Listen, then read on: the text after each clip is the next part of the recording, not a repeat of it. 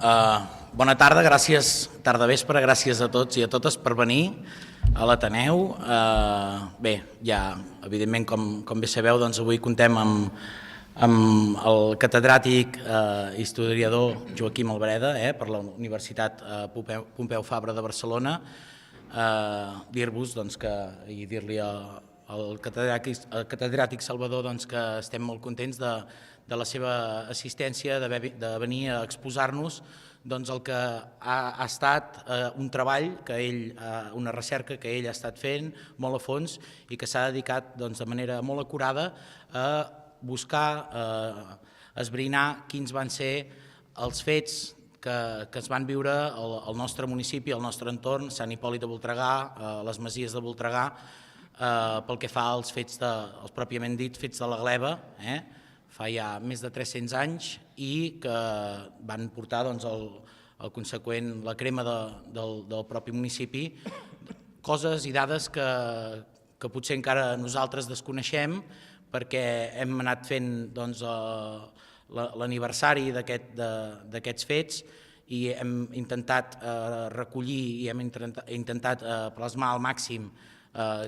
què va passar aquell tràgic dia. Avui dona la casualitat, i ara de fet venim davant de l'Ajuntament de Sant Hipòlit, que fa 400 dies que els Jordis estan a la presó, els màxims representants de dues entitats culturals i socials del nostre país, com són l'ANC i Òmnium Cultural, i casualitats d'aquestes, estem aquí per parlar també d'uns fets, d'un setge, d'una repressió que avui en dia, potser en un altre context, però no deixa de ser menys intimidatori, també estem vivint. Jo com a regidor de... Esperem que se sentin...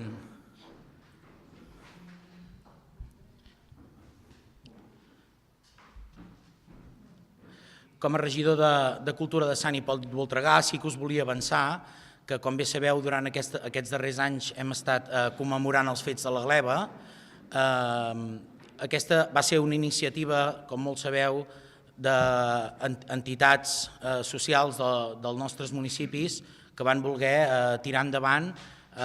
aquesta commemoració d'aquests fets de la gleva i convertir-ho en un acte tradicional al nostre municipi. La nostra intenció, a partir de les darreres trobades que hem estat mantenint amb aquestes mateixes entitats, la intenció que tenim des de l'Ajuntament és que, evidentment, això segueixi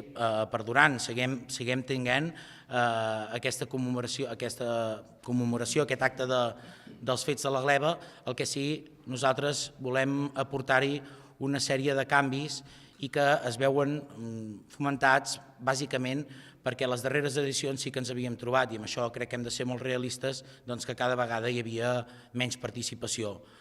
Els motius pels quals poden ser diversos, però el que ens va semblar de cop un tret més característic del per què estava passant això és que en el mes de febrer, que és quan es celebra aquest aniversari, és un mes que sol fer molt fred. El propi acte es feia a la tarda vespre, quan ja no hi havia sol, el qual la marxa de les torxes fins a la gleva moltes vegades es feia una mica pesat per temes climatològics. Tenint en compte que des de l'Ajuntament volem que això segueixi celebrant-se, volem que hi hagi el màxim de participació i no volem que quedi oblidat aquesta bona feina que es va fer ja des de fa uns quants anys a través d'entitats i de persones anònimes que han estat treballant sempre per fer una bona festa en un bon format, doncs hem optat per tirar-ho a uns mesos més endavant, segurament maig i abril, estem treballant en el projecte, fer-ho en unes dates, en un cap de setmana, on esperem que la climatologia ens respecti més i sigui més bona, per dir-ho així, i el que sí ens agradaria és incorporar alguna cosa diferent dins de la temàtica cultural catalanista, incorporar una jornada que englobés, segurament, no puc avançar gaire res, però espectacles en contingut musical o teatral, més alguna tot el que sigui alguna aportació històrica referent al nostre país i que dintre d'aquest marc també hi encabíssim els fets de la gleba sense variar massa el seu format, que fins ara aquestes darreres edicions consistia en sortir a la plaça de l'església de Sant Hipòlit, fer la caminada de torxes fins a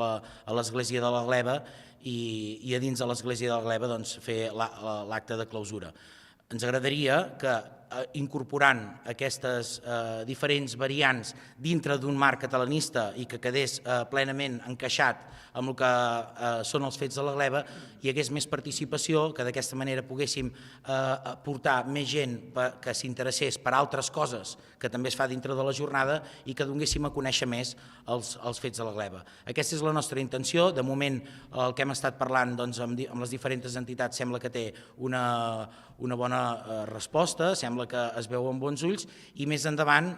quan tinguem una mica treballat la pròpia jornada, puguem fer pública